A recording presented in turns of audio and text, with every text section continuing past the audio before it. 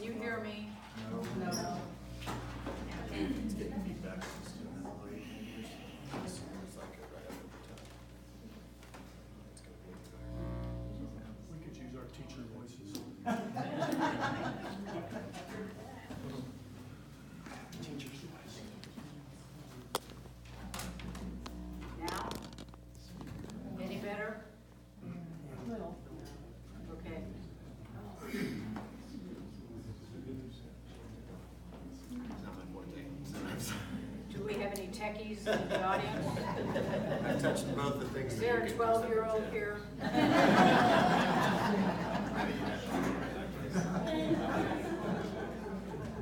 Okay, I'll speak this way. Is this better or is this better? No difference. No difference. I'll just kill it. Toast. Try it in the I holder don't think it's- instead of handheld. What? Put In, it in the holder, because it was working before in the holder. all right. It seems as if the handheld thing might be the problem. Okay, how about now? There was something for a That's- second. Yeah, just for a second. Is that better? No. I'm getting the feedback here. Can you hear me? I put my mouth right on top of it. All right, so this is not working, but it did before. Josh broke it. Yeah.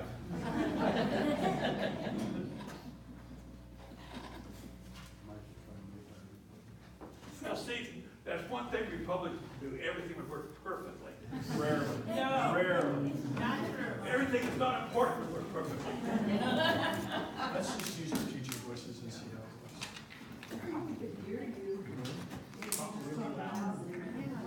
Jack can do it. Look at the bottom and see, because it says Jack, this is the 15 second. This is the stop. Thank you. it should be on, give it a try now. Because that's good. Well, we have to, Any we can better? yell very quiet while you speak. This not working any better? No, but we can hear you. We can just go ahead. All right. Okay, Jack, let it rip. Alrighty, I'm gonna stand up. Hello, my name is Jack Bergeson, and I'm running to be the next governor of the great state of Kansas.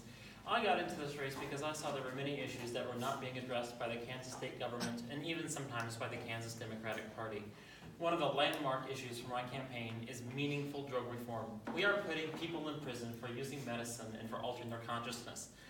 For that, I am for pro-legalization of marijuana. Not only will we be a more just society, we can also help our children. When we legalize marijuana, we can do what many other states, such as Colorado and Washington, have done, and use it to help fund their education system. And given where Kansas is at in terms of education, our education system needs every bit it can need, every bit of help it can need. Also, I believe one of my biggest goals of my campaign is to see people get involved. One thing, I got into this race because I saw people were not engaged.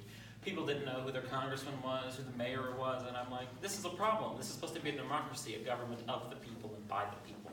So my campaign is based on a strong platform that I believe when people see my platform and see what I'm fighting for, they will get engaged. Because I say, I'm not some politician. I am someone who is, I've seen the world, and I'm here to bring it back to I'm here to give the people of Kansas a real choice for governor. Not only Democrats, but ultimately the people of Kansas. And I believe when people are given the choice, they will make the right choice. And that's why I'm excited to be here and let everyone hear what everyone has to say. Thank you.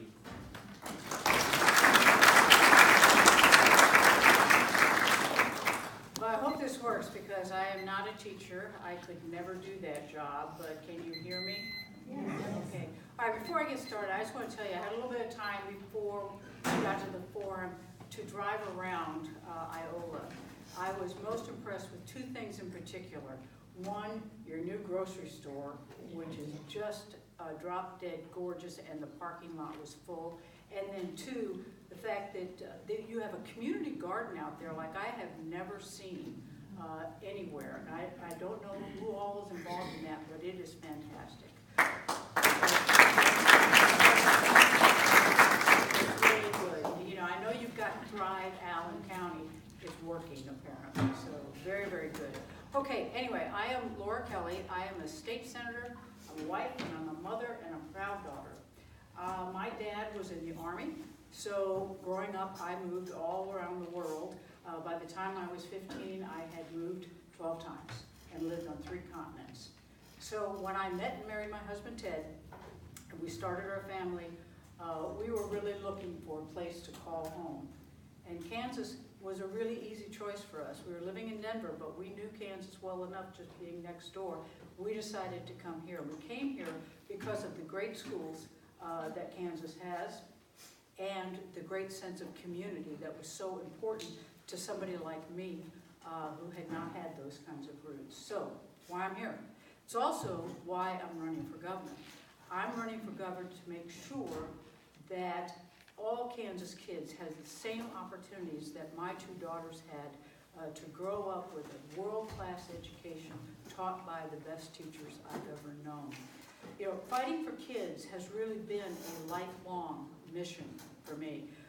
Actually, since right out of high school, I went to work at a camp for disadvantaged kids. Then from there, I continued my career working in hospitals in 2 different states, taking care of kids who were struggling with serious mental health. Your time's up. Well, Allie got a good shout out, but you didn't find out much about me. I'll be back at my closing. I'll finish it up.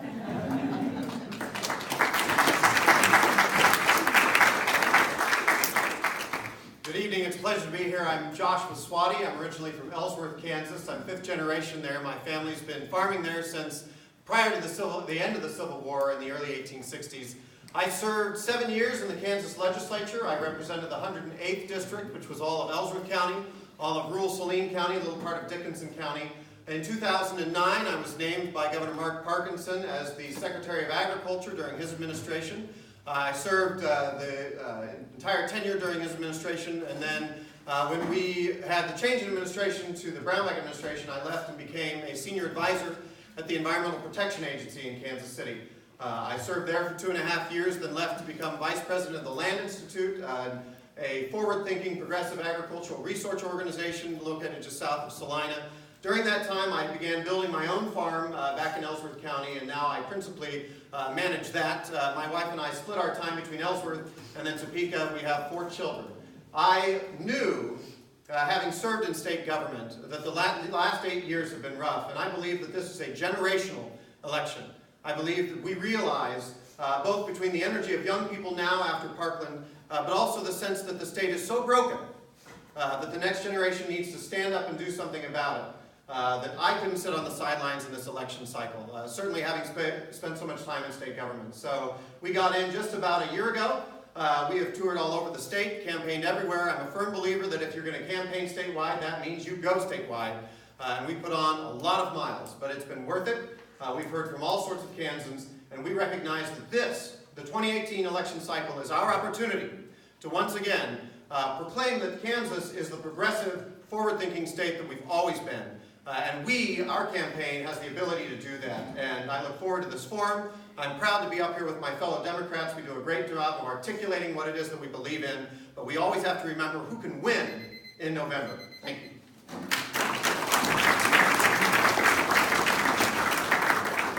Thank you very much, everyone, for being here. I'm Dr. Arden Anderson.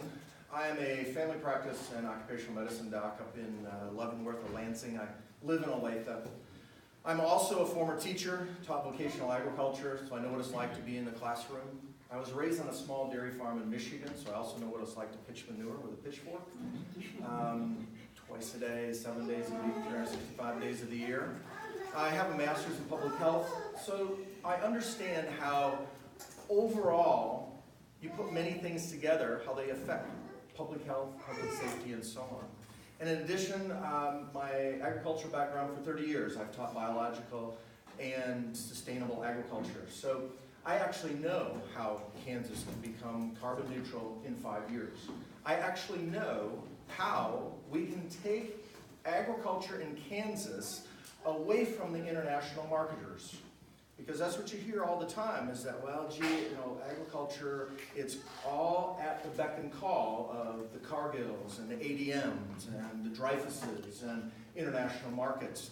But do you know that we import in the United States, 600,000 acres worth of corn and soybeans, organic corn and soybeans, into this country. That is a payday potentially for farmers. And so I'm running for governor because I actually know medicine. Medicine is one of the major things that we need to turn over. I actually know education. Education is the best jobs bill you could ever possibly put together. I also know the environment, agriculture, public health, and public safety, not just from talk. I actually have been trained professionally as well as have actually experienced those things. I'm a colonel in the Air Force as a flight doc. I've been deployed 3 times during war. I understand how to put people together and work. Thank you very much.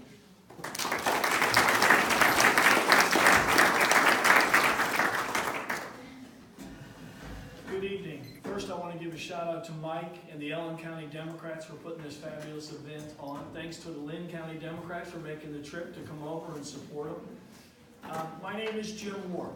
I'm from Wichita. I have the privilege and honor of being the minority leader of the Kansas House. I represent the Democrats in the Kansas House. And I believe our state is at a crossroads. In 2016, this state voted for Donald Trump with 57% of the vote. 57% of our neighbors voted for Donald Trump. On that same night, 13 new Democrats beat ultra-conservatives, and we went from 28 to 40 in the Kansas House of Representatives. And people ask me all over the state and in the country, how in the world did Kansans vote for Trump and then go vote for Democrats to the Kansas House? I always start with, well, we had the most unpopular government in the country, and that helped. But the other thing was fiscal responsibility. And we fought hard. We were 3 credit downgradings. Every month you read the paper, the bills exceeded the money coming in, and you kept reading about kids being killed in custody, children getting lost, roads and bridges not getting fixed and repaired. Kansans were ready to move in a different direction, and that's why they gave us 13 new Democrats in the House. The people that we beat think that was a mistake and an anomaly. They want to go back. Chris Kobach, who will probably be our opponent in November, said the biggest mistake Sam Brownback ever made was he didn't go far enough. We're at a crossroads, people. We have to decide who can carry our flag to beat Chris Kobach. I have a record of standing up against ultra-conservatives. I want to build an economy that works for everyone, not just the top 2%. And that requires a world-class educational system. I've never voted for an unconstitutional school bill. I never will. I believe it's that important. Thank you very much. Jim Ward.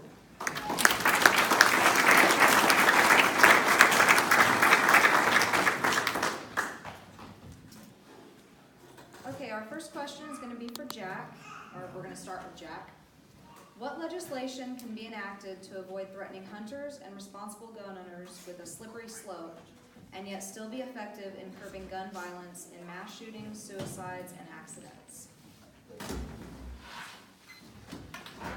I think there are a few steps that can be taken to ensure that responsible gun owners are guaranteed the Second Amendment rights, and we keep guns out of the hands of the dangerous. One plan that I think most Americans, including a vast majority of Republicans, support is a universal background check. This would ensure at the point of sale and during private sales that we do a background check when who's buying a gun, so there are no, get rid of all loopholes. There is a universal background check. So if we do that, it'll be hard for people with it'll be near impossible for someone with a criminal record, a violent criminal record, to get a gun. I think that is one of the most essential steps we can take. We can also look, at banning, semi-automatics and automatics. Those are stuff that's not going to be used in hunting or for self-defense. That's stuff that's going to, those guns are made to kill people.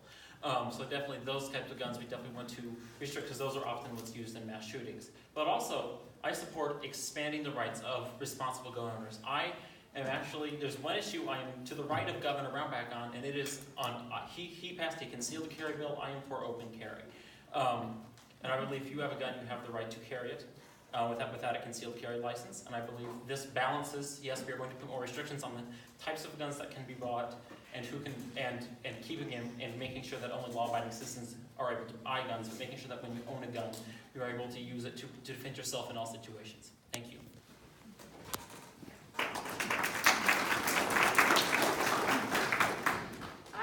been a supporter of Second Amendment rights the entire time that I have been in the legislature. We did pass a concealed carry bill sometime in 2006, 2007. We also had a constitutional amendment that protects the rights of hunters.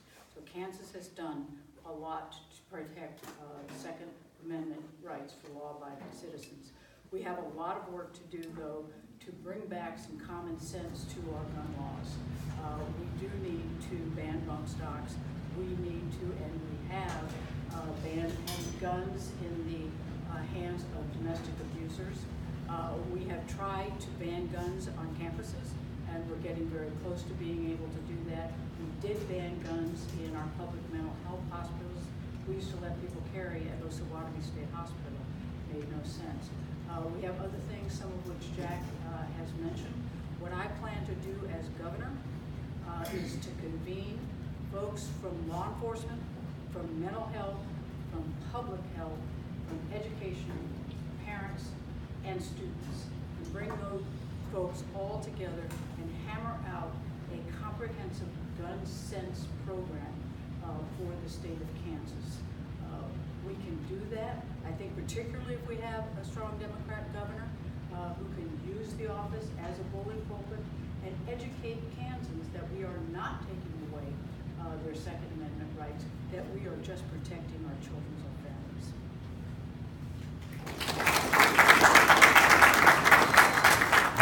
I think it's a teachable moment. We can demonstrate that there are reasonable restrictions, just like there are reasonable restrictions that the state puts on for any number of activities that we do.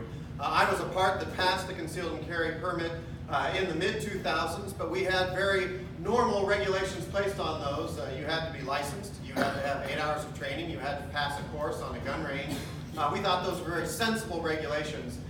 Those have since been completely removed.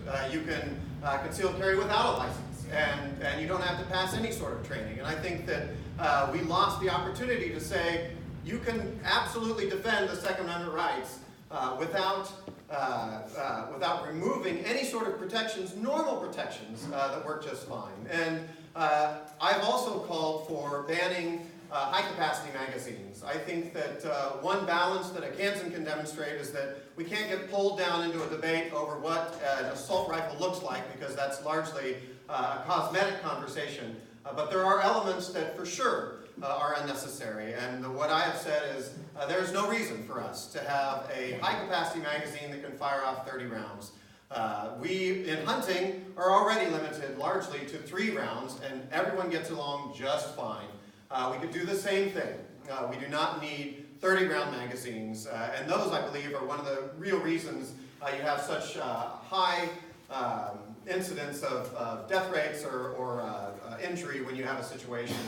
The other thing I think that's important for the state is that we invest in mental health. There's no easy solution to violent crime when it happens with guns. But there are also many things that the state can do, and mental health is one of those that, quite frankly, has been grossly underfunded in the last 8 years because we've simply run out of money as a state.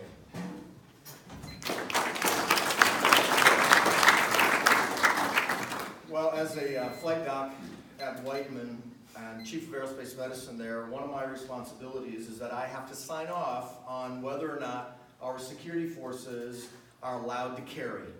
Now, these people are trained. They're trained well to handle weapons.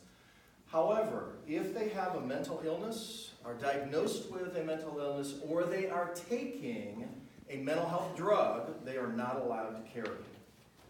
Why should we allow civilians who have no training, as Josh pointed out, carry a weapon and they can have all kinds of mental health problems? So the first thing is that I think we at least need a standard that is equivalent to what the military allows or disallows in our society. People with mental health should not be carrying a gun. Just like a drunk should not be driving a car. If you are impaired, you potentially have a weapon. The other thing, of course, is that we have to exercise the laws we already have in place. the shooting in Texas should never have taken place. The man should never have had a gun if the institutions had just cooperated on the data they already had about this guy. So one thing we have to get in place is for the states, and particularly the state of Kansas, to interact with all other states and all other agencies for the information. That there is no secret information, there is no, oh, well, that's not our agency. All of that information needs to be collected and used before a person can purchase a gun. So we have the mental health issue, and we have already laws that are in place issue that we need to put in place. And the other thing, of course, is the third thing is, yes, we need to make sure that people are trained. And when they're trained, okay, now we at least have a better chance that they're going to be safe.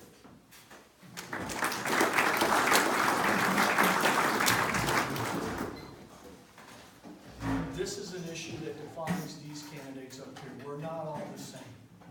I believe Kansans have a long history with guns, both in terms of hunting, public safety, and collection, and believe that's okay.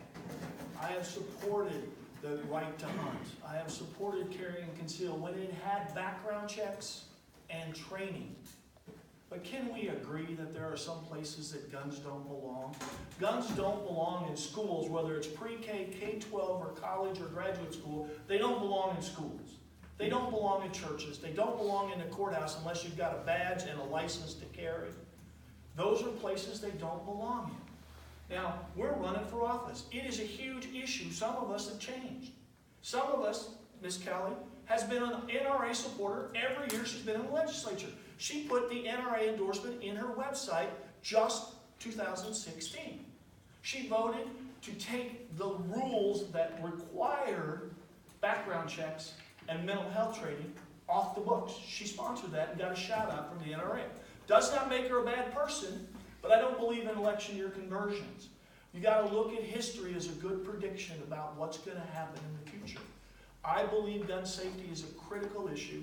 I have a record of speaking what I just said for the last 5 to 7 years.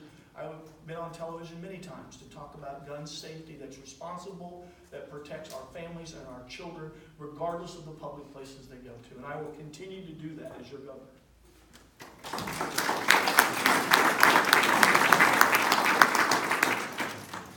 We're going to start with Laura this time.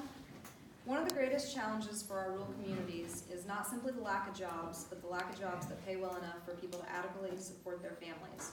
What is your position on the minimum wage and economic development initiatives which might alleviate this problem?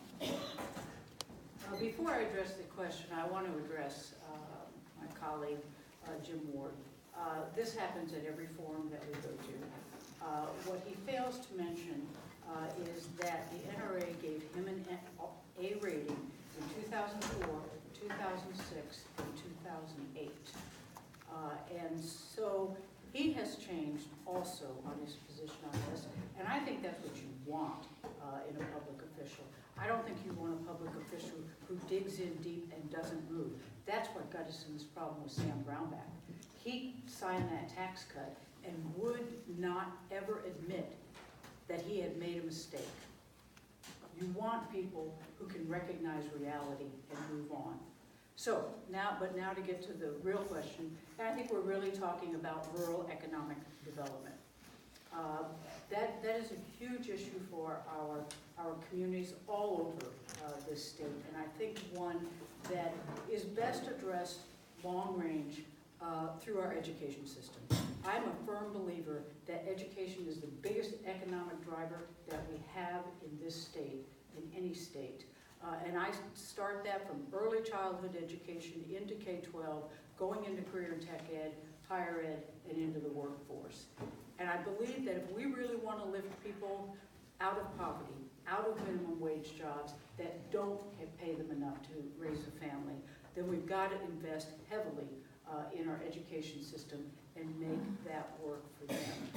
I think there are some economic tools that we can develop that can help our communities thrive. We've had those in Kansas before. I'm going to lose my time again, but there are things that we can do, and as governor, I'll do them.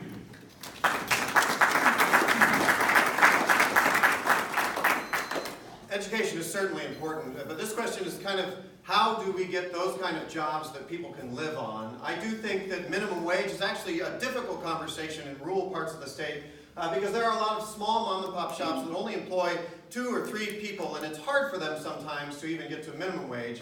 What I would focus on as governor is making sure and convening a group of people to entirely overhaul the way we do economic development as a state of Kansas, to make sure that if we are investing our tax dollars in building businesses and attracting jobs, that we are doing so in a way that raises up the entrepreneurial activity that's happening in this state right now. We've already had multiple legislative post-audit reports that have shown that some of our efforts to attract jobs from outside of this state into the state have been exceptionally costly, sometimes costing $87,000 of tax dollars per job.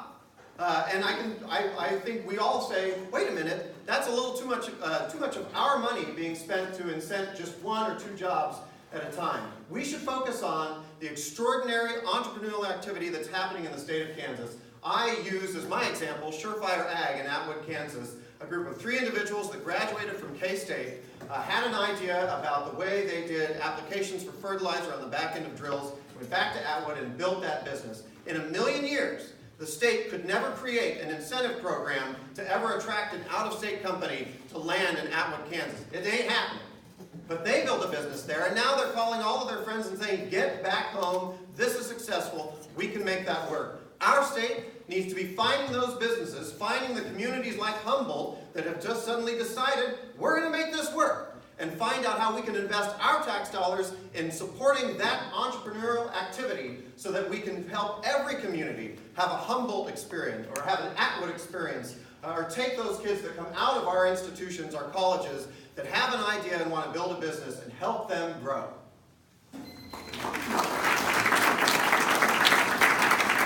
Certainly wage is very important, because if you don't have a minimum amount of income, you can't pay the bills.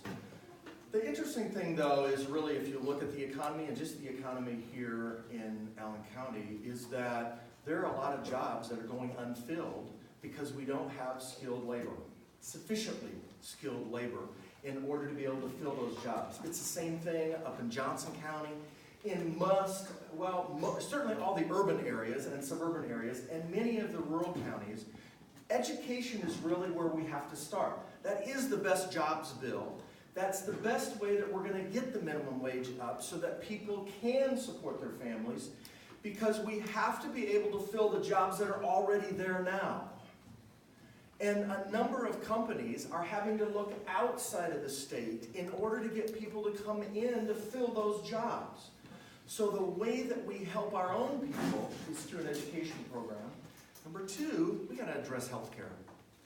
And healthcare is one of those things that make people very nervous, because if they don't have very high wages, they literally have to make decisions. Am I going to put food on the table, or am I going to buy medications?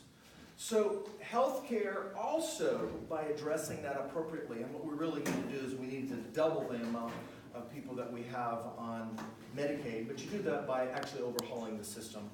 What happens is that helps rural communities, because now we have more healthcare jobs that need to be filled in order to take care of more people that are on an appropriate healthcare system. So education really is where we have to start. That's the bottom line. And it doesn't necessarily mean college. That means trade schools in order to start moving along. And I know a number of my colleagues have said this before. We've all said this. Gee, there's some very good trades out there. Plumbers and electricians, and some of those, they make just as much or more than someone with a college degree. So we don't necessarily have to have college to solve all these problems.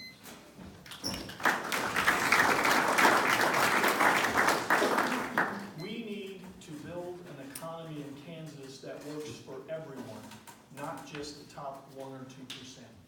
We need to build an economy.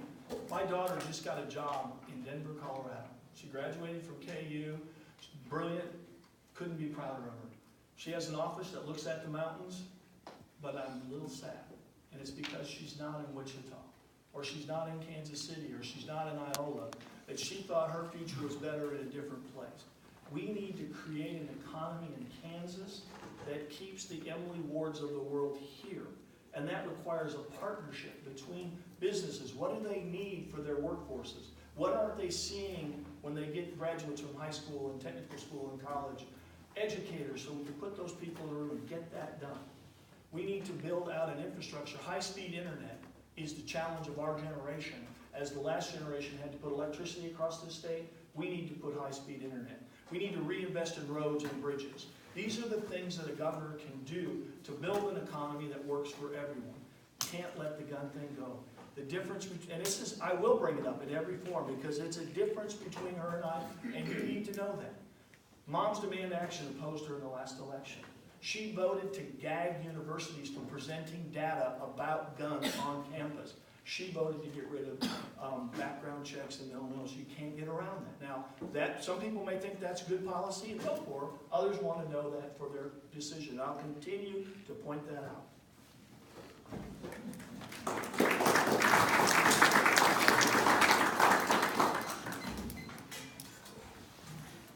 I have a few things to say on this. One thing, first on the minimum wage, I believe we need to raise it.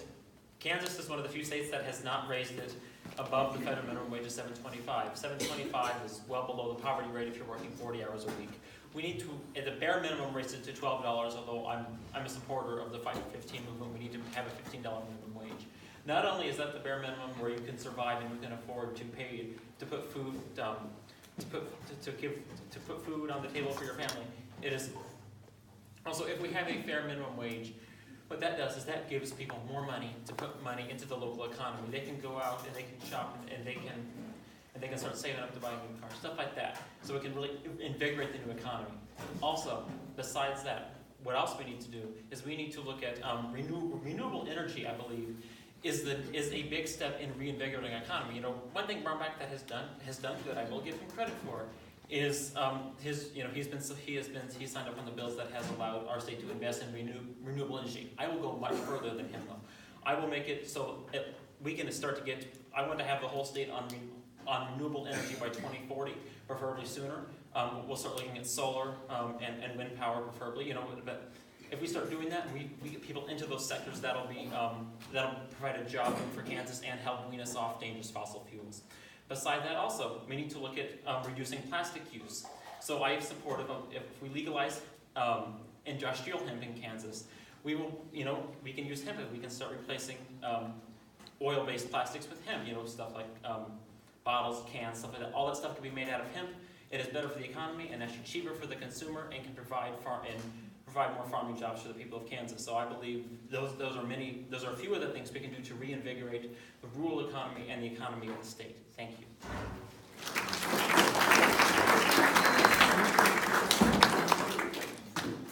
Okay, we'll start with Josh this time. Families and children in rural Kansas counties are under great stress. We have a broken foster care system, a shortage of affordable housing, too many people are uninsured, underfunded mental health care, and even a shortage of grocery stores. What initiatives, policies, or programs would you support to improve the quality of life in rural Kansas?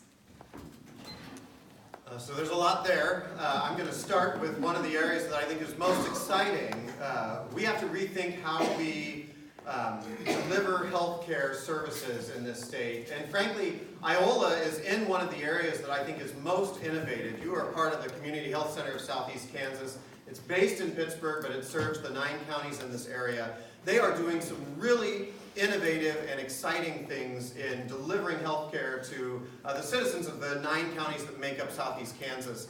And it's everything from going into the schools and making sure they have appropriate vaccination rates. Coffeyville School District had a 33% vaccination rate until CHC came in there. The Coffeyville School District didn't want to turn the kids away because they didn't want to lose the potential funding from that. CHC came in, brought it up to 100%, has absolutely changed the way Coffeyville operates. They're now doing things where they go into communities. They have 24-hour walk-in centers open all weekend long. They call the people that tend to come into the emergency rooms on Saturdays and Sundays. They call them on Friday nights and say, hi, this is just a friendly reminder that we have a 24-hour walk-in center that's available to you. If you are feeling hypertensive or some other health issue, you can come there rather than going to the emergency room.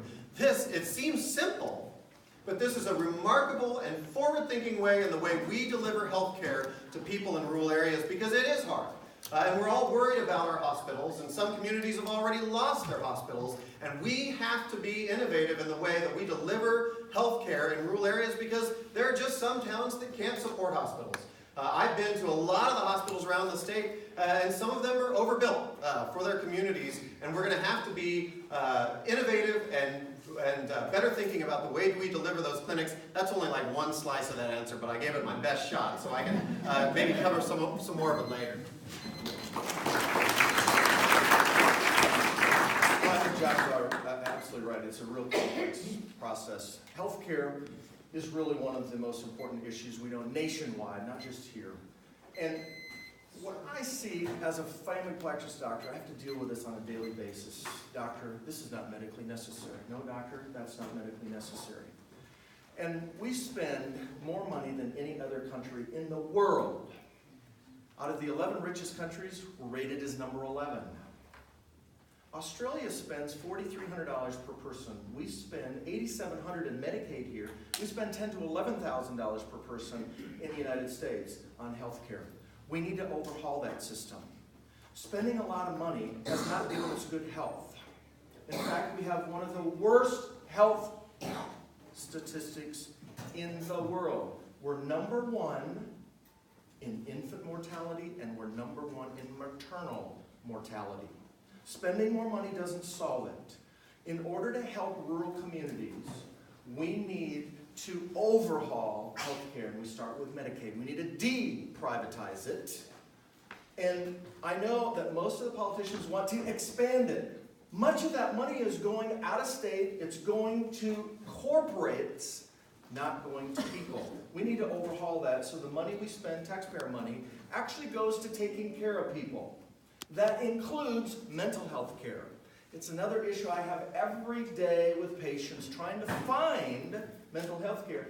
Even in Leavenworth, where we're in an urban area, we still cannot find sufficient mental health care. It's a major issue correlated to what goes on with their diet, particularly in diabetics. It's a major issue relative to what goes on in the home, relative to child care. Mental health care is a part of health care, period. And so we have to put all of that together. And so in any area, the quality of the health care, and I don't just mean the quantity of it, the quality of it, what actually is the outcome? We have to start teaching people better health care. That means lifestyle, that means diet, and so on.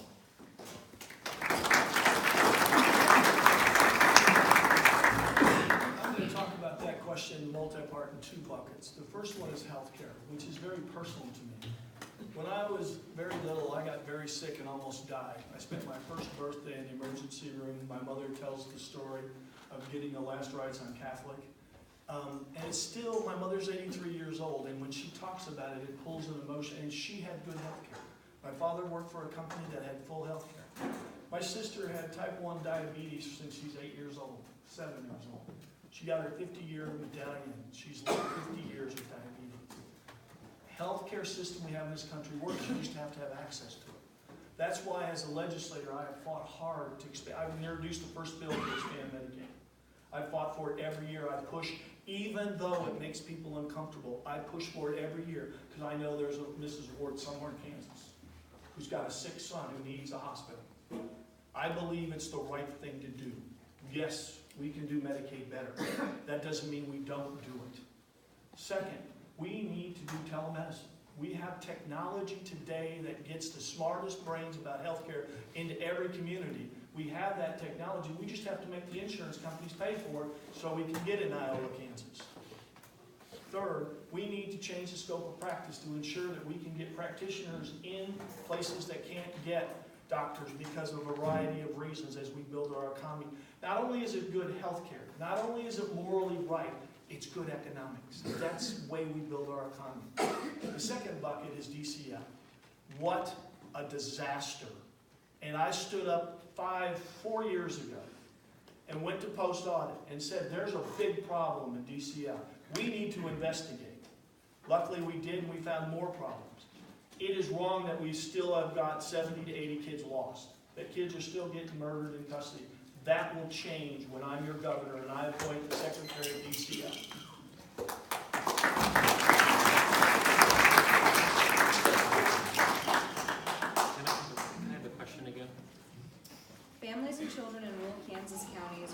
stress. We have a broken foster care system, a shortage of affordable housing, too many people are uninsured, underfunded mental health care, and even a shortage of grocery stores. What initiatives, policies, or programs would you support to improve the quality of life in rural Kansas? Alrighty, first on the issue, I think the child care issue is very emotional, and we've heard the stories from DCF, and I think that really makes, I think it makes every Kansan angry. So one of the things I am supportive of, and this also relates, and one of the things I support making adoption much easier. Let's find more children a loving home. So what I support doing is I support the state subsidizing all of adoption costs, so it is much easier for a family to decide to adopt, and so also it is less difficult for a mother to give up for adoption. And also on that front, so we can give more families more kids a loving home and get them out of foster care. That is really that is a big issue for me. Also in terms of, of course, so we've heard of the question it had to deal with a shortage of grocery stores. One thing I support is Kansas is one of the few states that has a sales tax on food. I am supportive of eliminating it, and of course, since the state of Kansas right now really can't afford to lose any revenue streams, I'm supportive of replacing that with a luxury goods tax, so those at the top can pay their fair share, while those at the bottom get every help they need. And then, of course, on healthcare, I am supportive of expanding Medicaid, which is something we've been needed to do since the Affordable Care Act passed many years ago. But also, we need to look at something I call the Nevada plan. Last year in Nevada, the legislature passed a bill that would have allowed citizens of Nevada to buy into Medicaid, which would have given an affordable option to many middle-class Nevadans not eligible for Medicaid. So if we're able to do that, but the bill was vetoed by the Republican governor. If we were able to pass a similar bill in Kansas, we would give relief to many low and middle class Kansans until national single payer is passed. Thank you.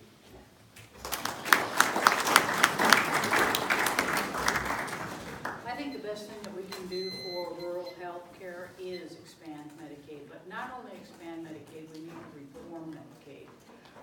There are aspects of Medicaid that could be implemented if our administration would allow them to happen. For instance, we could have our MCOs, our managed care organizations, actually paying for improving housing for folks so that they can modify housing so that seniors can stay in their homes or people with disabilities can stay in their homes. That can happen, but we need to ask the Centers for Medicaid and Medicare to do those kinds of things. So we need to not only expand it, we need to reform it. I would suggest that we also need to look at making it a nonprofit system so that, one, the money doesn't go out of state, but that also any money that we do save by running a good quality managed care program is then turned around to benefit the citizens of the state of Kansas and the economy of the state of Kansas, because an expanded Medicaid program would grow jobs extensively. They've seen that in other states that have done it, and we need to do that here in Kansas. The other thing we're talking about in this question is foster care. It is a wreck. It is a complete and total disaster. I was very hopeful when we got a new secretary, the Department of Children and Families, that things would change. They have changed, but they haven't gotten any better. We actually have more missing kids now than we did before. And we still continue to have the number of kids running away much more than we had before. They are proposing to hire unlicensed people to provide the kinds of services that social workers are supposed to be providing. There's no way that unlicensed people with no training can go into homes and use their judgment to determine whether kids should be in care or not.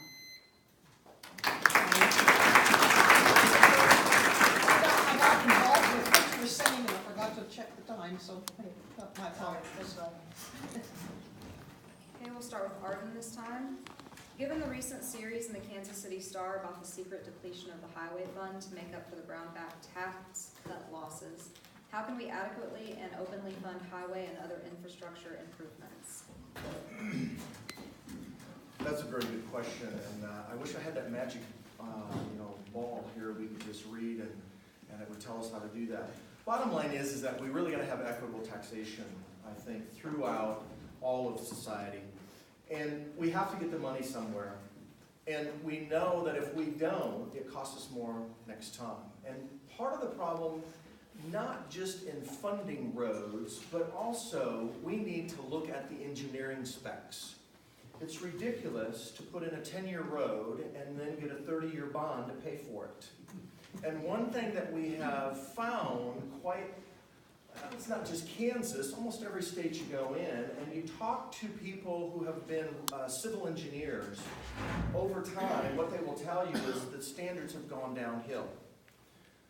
And what that means is that we spend a lot of money, but the roads don't last. So the money was not efficiently spent. And by not efficiently spending, we have the situation right now in the South Loop with the 435. We all last year it was under construction, and now it's under construction in the exact same place. So it's not just funding, it's also the quality of roads. We need to re-look at the engineering specs on that. Of course, you gotta have a little bit of engineering understanding to know whether or not you're reading something that makes sense. So we're gonna have to look at probably a difference in, some of these are gonna have to be toll roads. We have that in other states and other places. That's how they pay for the roads. And it's one way to guarantee that if you use the road, you're going to be paying for it. Gas tax doesn't necessarily work very equitably because it hurts the people who can afford it the least. We just see that as gas prices go higher and higher. So again, we're going to have to do that with really more of a usage tax on that system, and that really allows us to pay for it as we use it.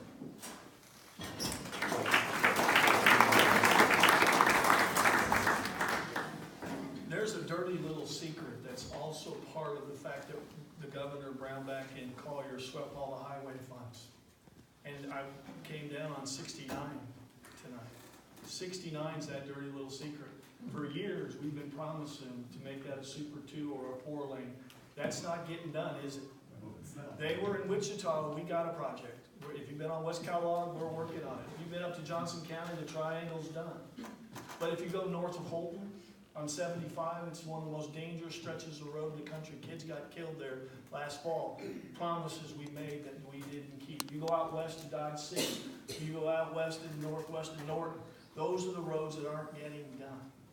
So it really does hit home here in Iola, Kansas, when we sweep that money out of the highways.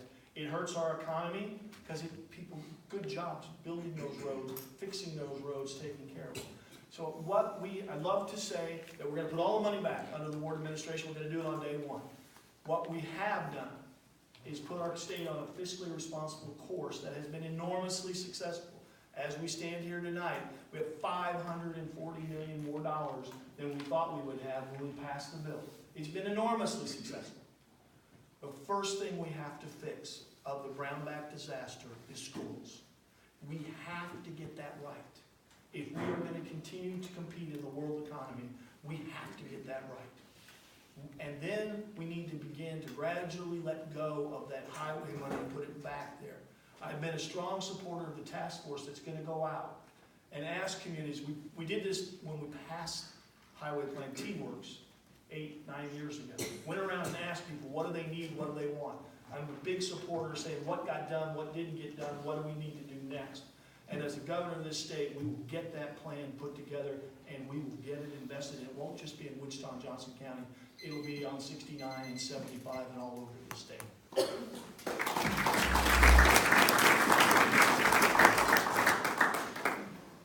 Yes, I do believe we need to get funding back into the highway and back to the highway fund. Of course, there are a couple ways I see of doing this. One, of course, is making more roads toll roads. I know it isn't a popular idea, but if we're able to do that, that will provide a consistent flow of money into the highway system. But one thing I've also thought about doing is that I think might be a good idea is if we were to sell sponsorships for the roads. I know it isn't popular because I mean, it'd be like arenas. You'd sell corporate names for the highways, or allow individuals to have their name on, or pay to have their name on the highway. This could provide at least a short-term relief to the highway fund, or give them contracts so they could renew it. So that could provide that can provide some stream of fund to the highway system. One thing we also have to look at is we need to look at making public transportation more accessible. Studies have shown that when public transportation is more accessible, it is great for upward mobility. It makes it easier to raise up in social status, as it's easier to get to higher paying jobs in major cities. So we need to look at increasing rail in the state. I have thought about a plan that would connect the major cities in Kansas, and it would connect Wichita, Kansas City, Lawrence, to all of Oklahoma City and Kansas City. Even though it would not come directly through Iola, I think it would help regenerate the state economy as a whole. So we need to think about not just getting the highway fund back on track, but also getting the state's transportation network back on track.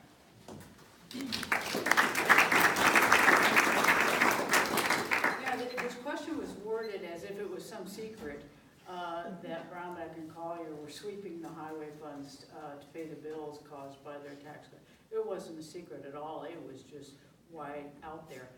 But what was a secret, or certainly not as well known, is how much bonding we have done, because just for maintenance kinds of things. We issued a $400 million bond a couple of years ago, just for preservation and maintenance. Not new projects. That's been unheard of in our highway plans, which has been some of the best in the country for 30 years. So we have a long way to go to reverse this trend. I do agree with Jim that the transportation task force that we put together will be a vehicle to help us know not only what the needs are, but are there other sources of funding that we can secure and dedicate to those highway projects that are so desperately needed around our state.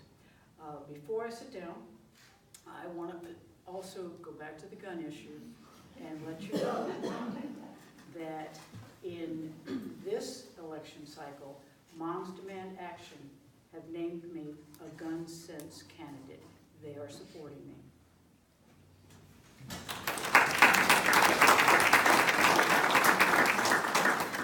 I want to talk about the gun issue. No, I'm just kidding. A couple of things. This is economic development. It's real economic development.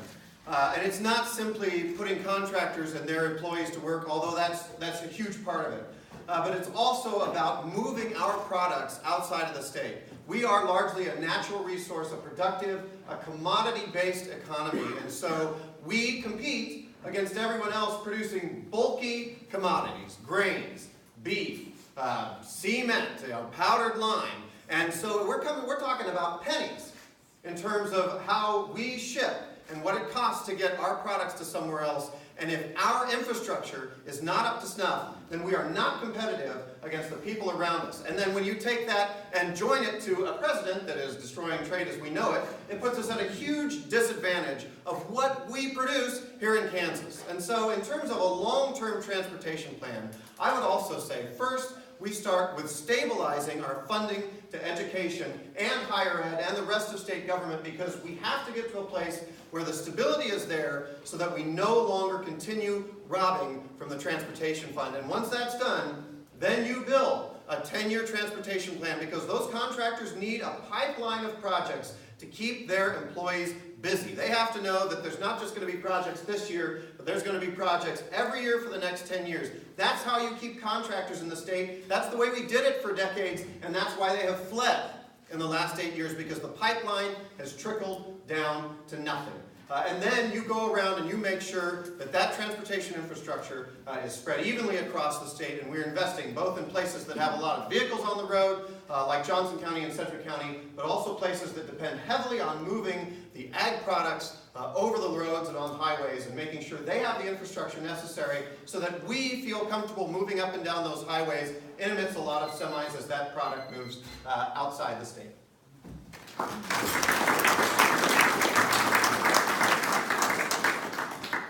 Okay, we'll start with Jim. In recent years, the cost of college tuition, fees, and housing at our public universities, colleges, and technical schools have skyrocketed. What would you propose to help with the problem of college affordability? Can I talk about you know right now, a college graduate in Kansas leaves school with about $27,000 to $28,000 of debt. We can't sustain an education system where our kids are coming out of school with $27,000 or $28,000 in debt.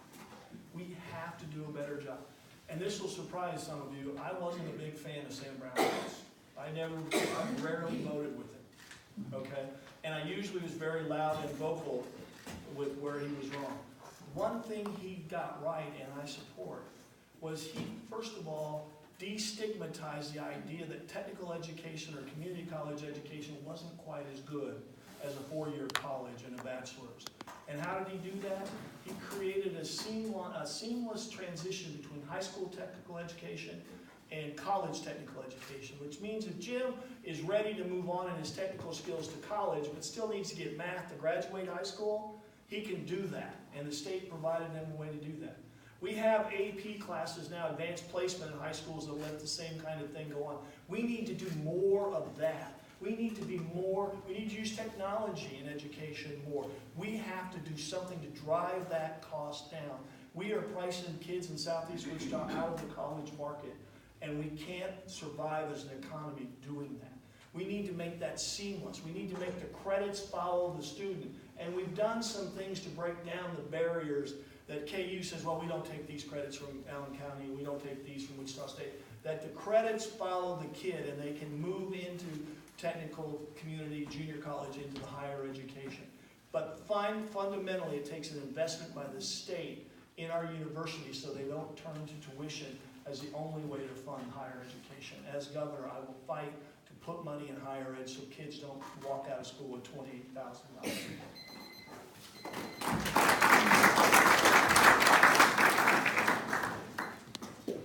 Ultimately, if we have to make sure that it is possible for the most amount of people to be able to go get either vocational training or a four-year degree.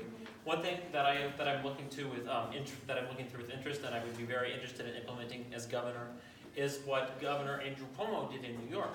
He recently signed a bill that made all four-year state universities tuition-free in New York, making sure that anyone who qualified to go to a New York State university, although they still have to pay for books and dorms and stuff like that, but the tuition was free. Ultimately, I believe if Kansas either went to either we started by just subsidizing lower income, or we did I think that's mostly what that plan actually did, really only subsidized the lower and the middle class. But if we go to that sort of system where we are subsidizing the lower and the middle classes, so they don't have to worry about it. If we're able to do that, we will make sure that those people who may be on the fence about going to college may be, okay, I can do it because I don't have to worry because I can afford it now. And that's really what I think we have to do. We have to look at making radical policy changes to making sure that everyone can afford to go to college or vocational training. And I believe the best way to do that is to simply subsidize students who are qualified to go to college, subsidize them to go, and they will go, and then they will grow the Kansas economy.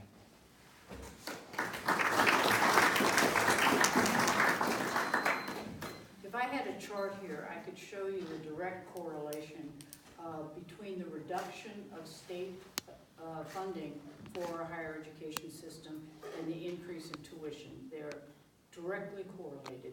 We have continued to underfund education over the past 8 years, and as that has happened, our tuition has more than doubled on our campuses, making it unaffordable for a number of our families.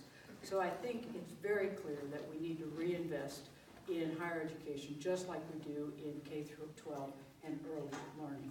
But I think the other thing I would like to do as governor is I would really like to bring the region's universities together and the community colleges and ask them really to do the same thing that we just did with the K-12 system. I mean, the Republicans commissioned a study that they weren't really happy about the findings, but what the findings did was show us that how efficient K-12 schools were. More efficient than most schools, K-12 systems in the entire country.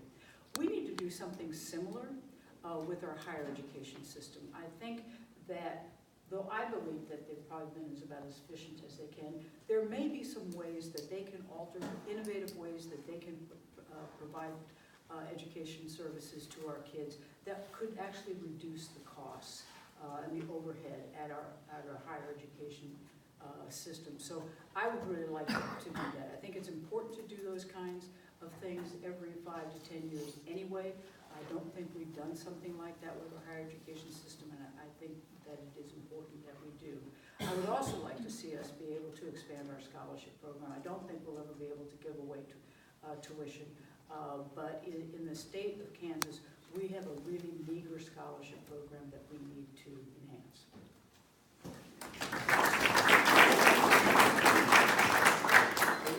Earlier today, I was at Emporia State University. I was talking to college students there, and I actually mentioned that Fort Hays had the lowest rates of any Regents institution, and one of the young women there was an ambassador for Emporia State, and boy, I heard it fast. She said, "No, we're cheaper." And as it turned out, I said, well, I better check my data. As it turned out, Fort Hays has the lowest of the Regents, but Emporia State, to their credit, has the lowest student debt of any student body there. And I was glad that they're proud of that. A couple of things with the overall cost of higher education. Part of that is the commitment that the government makes to making sure we fund it, because, as Senator Kelly mentioned, there's a direct correlation between the cost of tuition and whether or not we're making those payments. And what really hurts our higher education institutions is when we make those mid-year allotments or late-year allotments, when we realize we're out of money and we say we're going to take 3%, but it's 3% balanced over the entire year, and they have to find it in the last 3 or 4 months of their fiscal year. That is really difficult for higher ed institutions, and they usually almost end up turning around then and raising tuition. One thing that I do think we can focus on as Democrats is what I learned being a Democrat from Western Kansas. No unforced errors. Don't do anything that inhibits our capacity to attract people to the state. And that is real too for higher education. Foreign students are a real and important part of who we educate in this state. And they also tend to pay a lot more for their education than the people here in the state of Kansas. We need to be sending messages that they are welcome here, and that we as a state welcome them in. And it's everything. Some of it is whether or not we allow guns on campus. Some of it is our overall state's position on LGBT rights. Some of it is what we worked to do when we were in the House and Senate, which was to pass in-state tuition for children of undocumented immigrants, allowing Kansans that were brought here by their parents to go to school here. These are all signals that we can send to say, you are welcome in our higher ed institutions, because they come and they pay tuition, and it helps everyone. I think we have to look at a number of options, and I don't think there's any one size fits all. And if we look at some of the other things that are going around of the world, Australia, for example, does pay for their education to state schools, but it really is a loan. And the way that it's repaid is that after the student gets out and they get a job, above a given income level, their income tax then is 1 or 2 or 3% that comes back towards payment of that loan. Obviously, if they get out of school and they don't get above that minimum income level, they're not paying anything.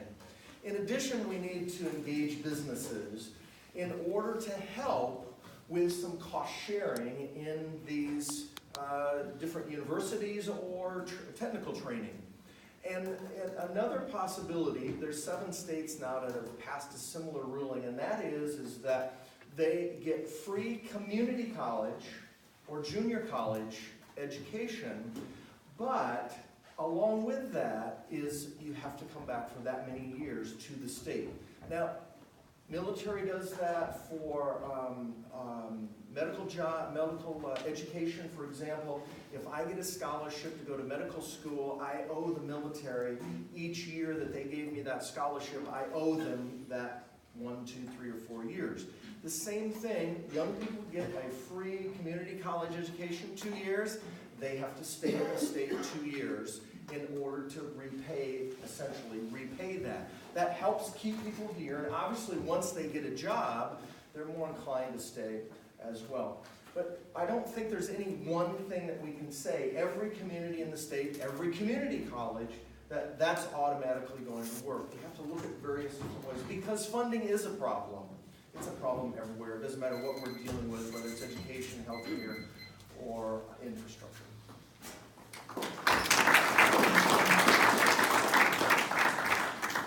Okay, we'll start with Jack again. What what specific qualities, connections, or positions make you the most electable candidate in the general election? And specifically address the fact that many Kansans voted for President Trump and how you would help gain their support. I think when you look at support for the president, a lot of people voted for him because he was an outsider. He had no prior connections formally to politics. And I believe I can provide that, but I can also provide common sense solutions.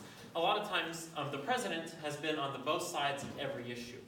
If you look at his campaign platform for when he was about to run in 2000, his issues looked about like Bernie Sanders. And then when he ran in 2016, he had gone completely to the other side of the spectrum.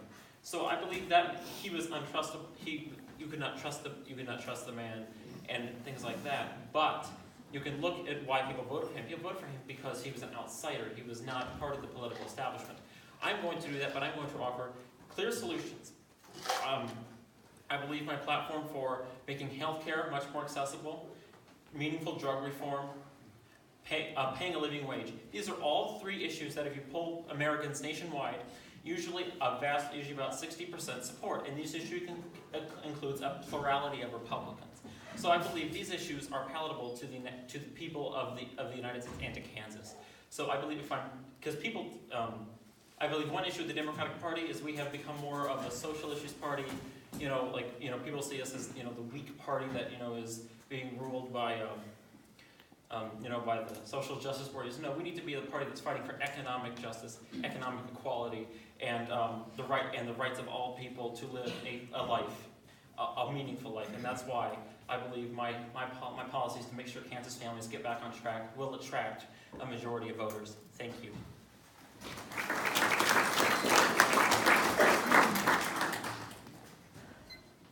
Well, it's not lost on me, and I doubt that it is lost on you, that out of the 20 or so candidates running for governor this year, I am the only woman. Now, I don't expect people are going to vote for me because of my gender, but there are just some realities to be dealt with. Women vote more often than men. In the Democratic primary, we expect fully 60% of the votes will be from women, 40% from men. So I think that helps in my viability as a candidate. But more than that, I think the fact that I have run 4 state Senate campaigns since 2004 in a very Republican district. I know how to win in a red state. I worked during that campaign. I have worked for 14 years to make sure that my approach to policy, my approach to campaigning, and my approach to governing is one that the message resonates with people far beyond our own party. And why do I do that? Because I can do the math. There are only 25% of the voters registered as Democrats in this state. We cannot win without attracting independents and moderates.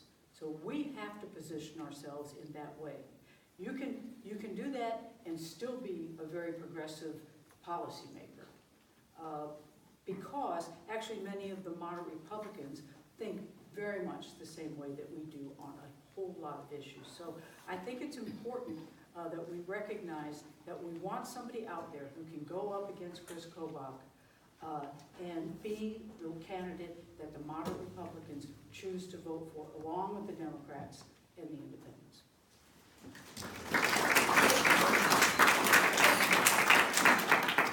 Some of this is sheer geography. When Paul Davis ran for governor in 2014, he ran a great campaign. He won only 7 counties, the furthest west being Riley. Democrats are not competing in western Kansas, and if we don't have someone that can connect out there, then we're going to continue to lose. And when I say we're losing, I mean we're losing 75-25, 80-20, or in the last presidential election, we lost Rawlins County. Hillary Clinton got 11% of the vote. That's the lowest the Democratic presidential nominee has ever received in Rawlins County since they've been organized as a county in 1880. The voting bloc has become more sclerotic. People don't jump over like they used to 10 or even 20 years ago. It takes someone with real connections in those counties. And my wife gets embarrassed every time I say this, but I have family. I have family on my dad's side alone in 34 4 counties in the state. That's a solid third. They have to vote for me whether they want to or not. But the bigger thing is they are third-party validation. So when people ask, well, what's this person like? That's how we vote in Kansas. It's actually less on issues and more on, do they identify with you? Do they know you? Do they trust you? Do they know someone that trusts you? And that's the connection that I have in Western Kansas that almost anybody else in this race doesn't have. And that's why at the end of the first filing period, I had received more individual contributions from Western Kansas than any of the Republicans. But I think the bigger reason that I compete well this year is that this is a generational election. And with all due respect to Jack, who is definitely younger than I am a young candidate with kids in this state, and I think I bring the message that it is time that we pick up this mantle. The bonded indebtedness, my son who is 9 will be older than I am now before that is paid off. That's unconscionable, and it's time for us to step up and do something about it.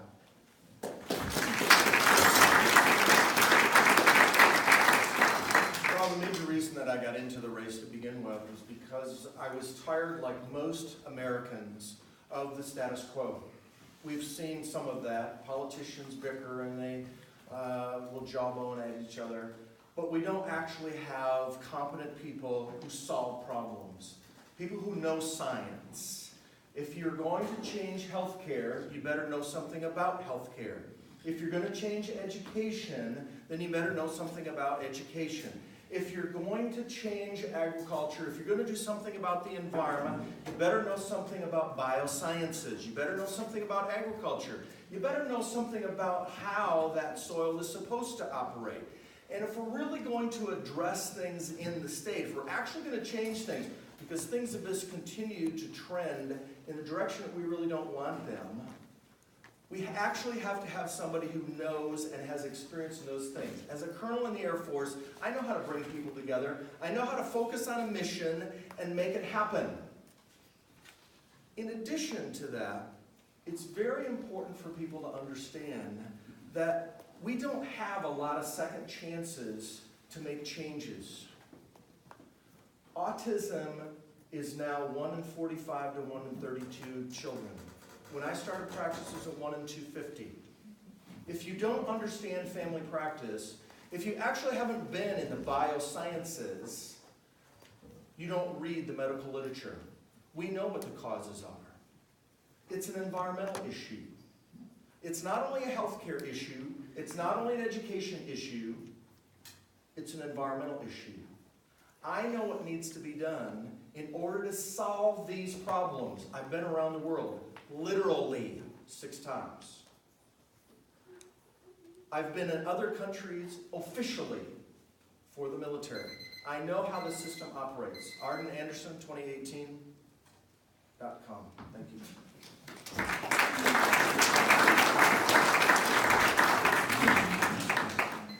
You know, the biggest group of voters are not Democrats, they're not independents, and they're not Republicans. There are people who aren't registered. You know what the second biggest group of voters is? It's not Democrats, it's not independents, not Republicans. It's people who are registered who will not show up to vote on November 6th. Those people who have a ticket that won't show up to vote. I think I know why they don't come and vote. Because we don't talk about the issues they care about. Or we give political answers. Or we switch our votes or say we're something that we're not. I got to tell a story about Gary. Gary's a guy who, in my district, he's a 60s, probably 70-something guy who loves Chris Kobach. Calls me about twice a session to walk me through the votes I've taken that he doesn't think are right. About 2 years ago, he did the same thing. At the end of the conversation, he says, "Jim, I'm going to surprise you." When a guy like Gary says he's going to surprise you, that's not a good thing. So I'm very quiet, and he says, "I vote for you." Dead silence on my end. He goes, "Told you I'd surprise you." And I said, "I got to find out, Gary, why are you voting for me? I don't seem to agree with you on all these issues." He says, 2 reasons.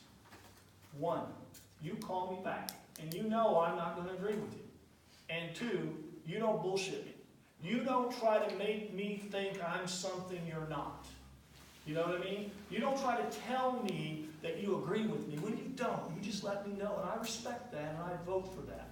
I believe if we have a strong candidate with Democratic priorities, which are Kansas priorities, about good schools and an economy that works for everyone, we can win. And oh, by the way, who do you think can get in the arena with Chris Kobach and push back and not let him define Democrats as anything but what we are? God-fearing people who believe in schools and a good economy that works for everything. We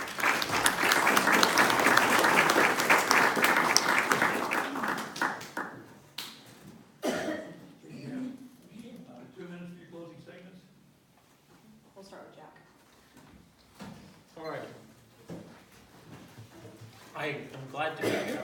It was a great time being here tonight, and I'm hoping you listen to my opinions and take them into consideration when you go to vote on August 7th. Just a reminder, I know Mike touched on some of this, but June 1st is the last day to change your registration to become a Democrat if you are currently a Republican or Libertarian. So if you are currently registered as a Republican or Libertarian and would like to vote for any one of us up on the stage in August, please remember to change your registration by June 1st. Also, I would like to say that I am only taking small contributions. I am only taking contributions from any one individual up to $500. This means my campaign is, but I believe that when you have money from the, when you get a contribution from the people, it means so much more than contributions from corporations or from wealthy donors. So that's why I'm going to, if you support my campaign, I would love for you to go to jackforkansas.com and donate. It really does mean that it means the world to our campaign, that if you're able to go out there and give money to our campaign, and we will use it efficiently, and we will use it to fight for the progressive priorities that will make Kansas great. Thank you so much, and it was a great pleasure being with you all tonight.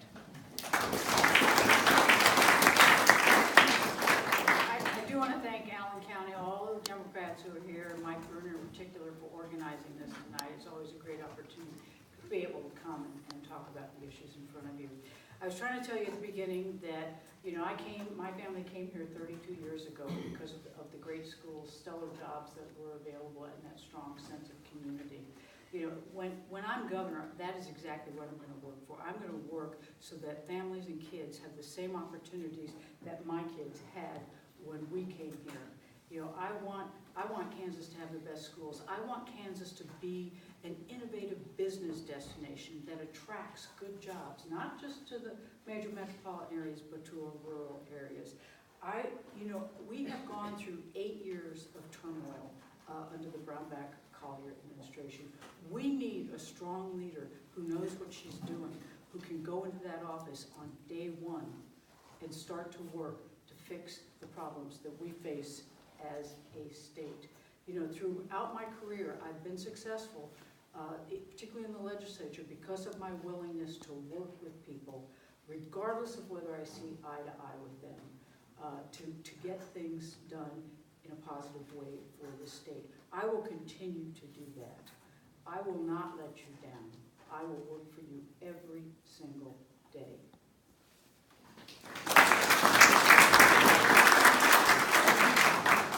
I want to thank Allen County for hosting. I want to thank all of the counties in this area that have come in here for this evening. I want to thank the kids that are here this evening. What a long, semi-fun night for you. Thank you. And these are good. These are going to soak in. And my kids are getting their share of it too. But I just enjoy seeing you out. And really, that is why we got into this race. My wife and I had been watching what had happened over the last 8 years. And we knew that we could not look our kids in the eye after 2018 had we allowed Chris Kobach to become governor and said, we could have done something about it, and we chose instead not to. So this has been a year now that we've been on the campaign trail, but that is how we fight each and every day. That's how I represented my district in central Kansas for 7 years. That's how I served as Secretary of Agriculture, and that's how I know how to lead. Each and every day, getting out, making sure everyone in Kansas in all geographic areas feels heard. That's how we build a Democratic Party again, so that we're not scrambling to find people to run when we have a great opportunity like 2018. This is the energy that this party and this state needs. And then I'm going to end, and my fellow Democrats who are always good to join, they're sick of hearing this poor story, but I get to tell it every time. So my wife and I have 4 kids. We have 2 boys, we have 2 girls. My oldest boy and my oldest girl were born on the same day by accident, March 7th. My second oldest boy and our youngest girl were born on the same day by accident, October 3rd. So we have 4 separate kids and 2 birthdays. And as I like to say, if my wife and I can be that efficient when we're not even trying, imagine what we can do when we set our minds to making the state better. Campaign website is joshuaswati.com. I encourage you to go there. Follow us on Facebook. Follow us on Twitter. Check out where the campaign's going. We always have our calendar up so you can take part in any of the activities if we're coming back through town. Thank you. Well, as well, thank you very much, everyone, for being here tonight. I know it's a nice evening out. You'd probably much rather be at home with family and friends and so on. And of course, it's work day tomorrow, and I have patients to see tomorrow. And it's interesting, I think, we have an opportunity in this country to make changes. But you know, change just for the sake of change doesn't necessarily solve our problems. Oftentimes it actually creates more problems. What I see is that there are some things that need to be done in order to change healthcare, actually overhaul healthcare. And if you haven't been in it, you really don't know what needs to be done and to actually solve the problem. All you do is just continue to perpetuate the most expensive, sickest healthcare system in the world. The same thing with the education system. We have some major problems. We have to solve those problems. The teachers are the best at understanding what goes on in the classroom. I've been a teacher. I've been both a high school teacher and I am an adult teacher. I'm a professional teacher. I've taught both professionals and adults. I've taught agriculture to farmers, and I've taught medicine to doctors. I understand what it's going to take to actually solve problems. I'm not looking to do this forever. I'm not looking to be a career politician. We need to solve some problems and then get on with business. And it's important for people, I think, to understand that that's really what the country's made of. People getting in, doing public service, and then getting back to the public. Getting back into your jobs, back into your families. That's why I'm running. Again, thank you very much. Anderson2018.com. Any of your support would be greatly appreciated. And if you have a question for me, email me.